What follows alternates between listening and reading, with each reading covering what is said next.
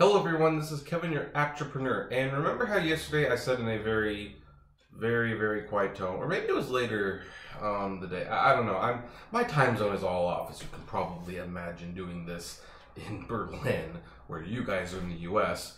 But you may remember that very recently, I did a video pretty much announcing that Uber on July 18th would be matching tipping.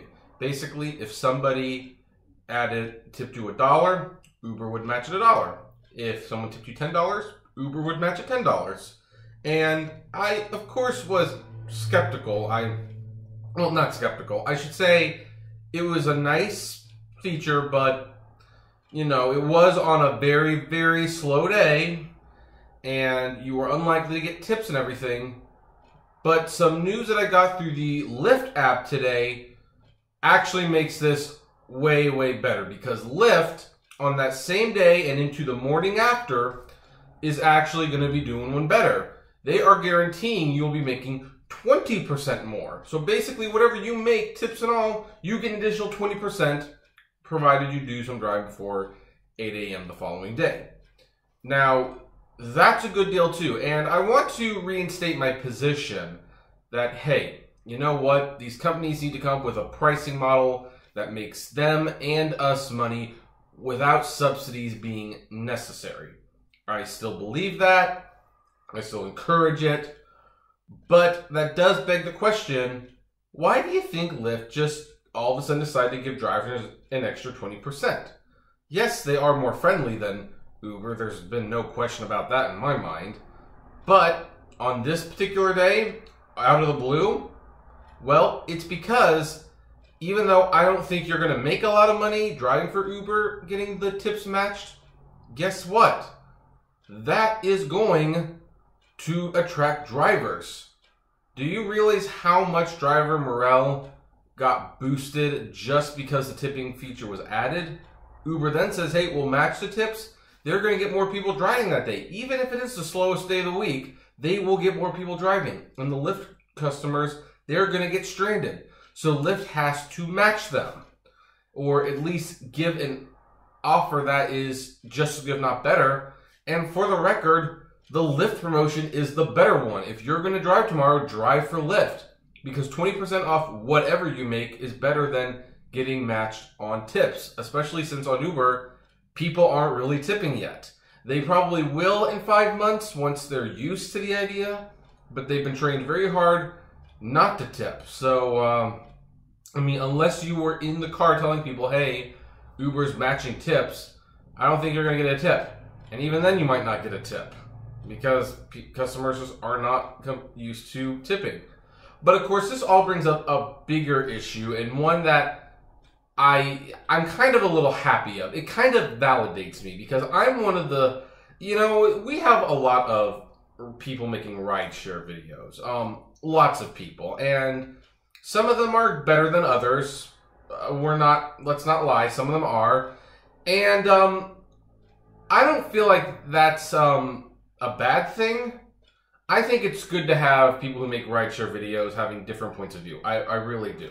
And even if I disagree with someone's position on something, I'm happy if they have an opposing position and they are well educated about it. I think that's not only interesting, but it opens up the debate. To be challenged means you've got to do better in your argument, or you've got to find a better reason for having your stance. And when drivers decided they wanted to take over the hashtag delete Uber movement, there were some people who jumped in on it, and there were some people who opposed it. And then there were some people who later on got discouraged by it. And I'm not saying they were wrong to get discouraged by it. They just did. It's a fact. And I pretty much stuck it out the whole time. I stuck it out until certain news information came in. I really didn't give up on delete Uber until the tipping option came along. Because you know what? That was something we were really asking for. So it's time to give a little leg room. And, you know, but I said, guys, I don't care if they have this many drivers waiting in the wings to replace us. The point is, they can't do it forever. And I'm not going to say it's because of the movement. I'm not saying it's because of the boycott on the driver's side. I don't know what caused it. I'm not even saying that what's happening now is a result of Delete Uber, but here is what is clear. Uber added tipping and thus became a much more desirable platform to drive for. So much so that, sorry, that was my phone. So much so that, hey, their referral bonus money, it's gone down. I've had a couple people sign up for Uber through me. I'm getting $50 from them if they complete their rides instead of the usual $500. Because, hey, the drivers, they're not leaving as fast as they used to, so they don't need to pay out subsidies. That works out better for Uber. And, boy, I really wish they hadn't left their electronics behind.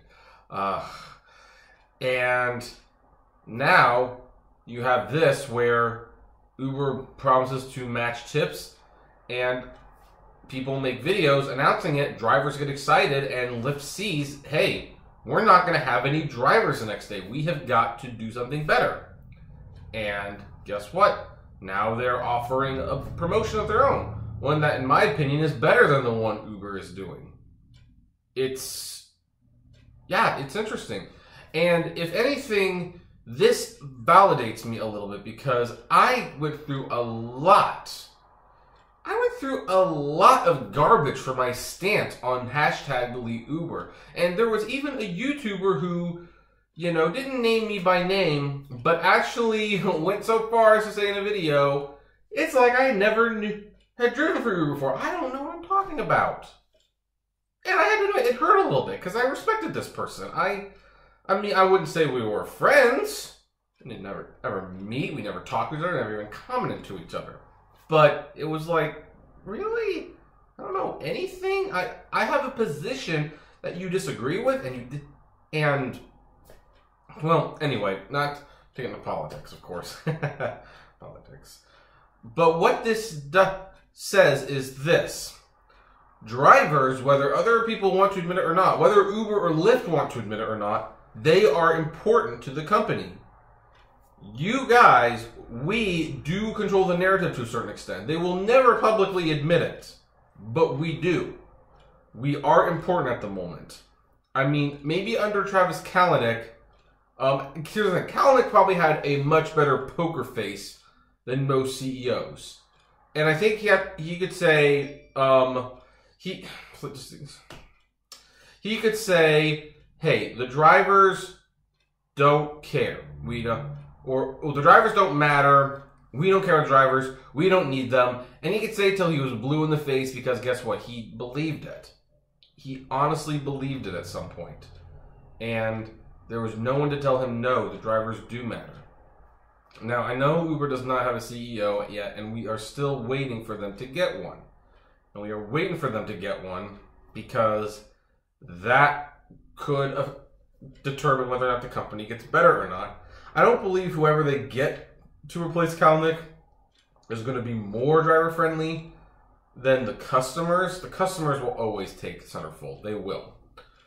But hopefully he or she will care enough about the drivers that more of these videos will not be necessary. Although, then what am I going to do for money? I guess I got to go back to... I guess I got to drive more Uber and Lyft.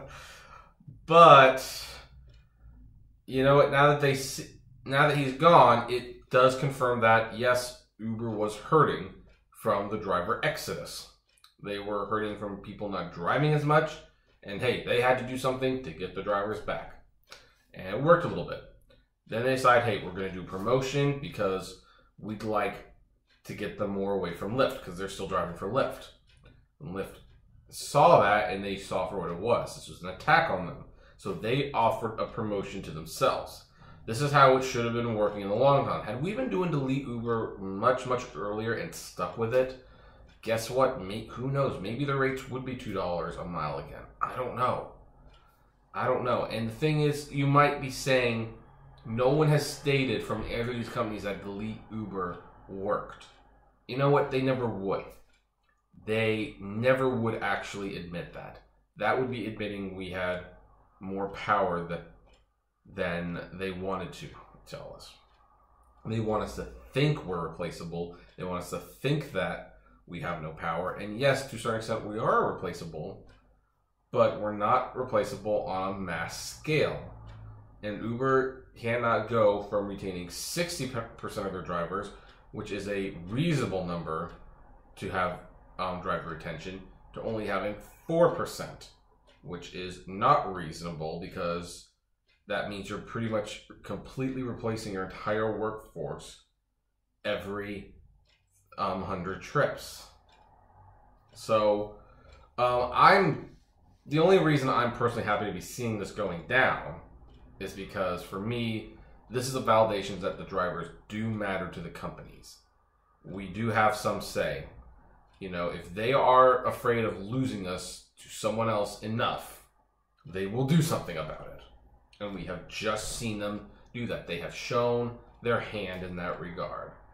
And I don't know what the driver's next move is in that point, but the thing is, we now have knowledge. Drivers matter to them, and they will once in a while do something to keep us happy, especially now that, you know, the big company basically isn't there anymore. Because I am definitely under the impression that the Lyft founders do care a little bit more. I don't care if both of their goals is driverless cars in the long run. The thing is, I think the Lyft CEO, John Zimmer, I think his name is, I think he cared a little bit more about the drivers, and that's why drivers have always had better benefits on Uber. That's why we've had tipping, that's why we had power bonus. I mean, they would definitely make it hard to achieve, but hey, it was there. It was there. If we were dedicated to them, we got bonuses.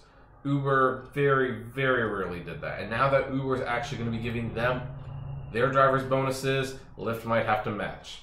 And of course, if they both have to start giving bonuses, they might have to start raising the rates. You know, just to, I don't know. They could, I guess they could also just raise the booking fees forever.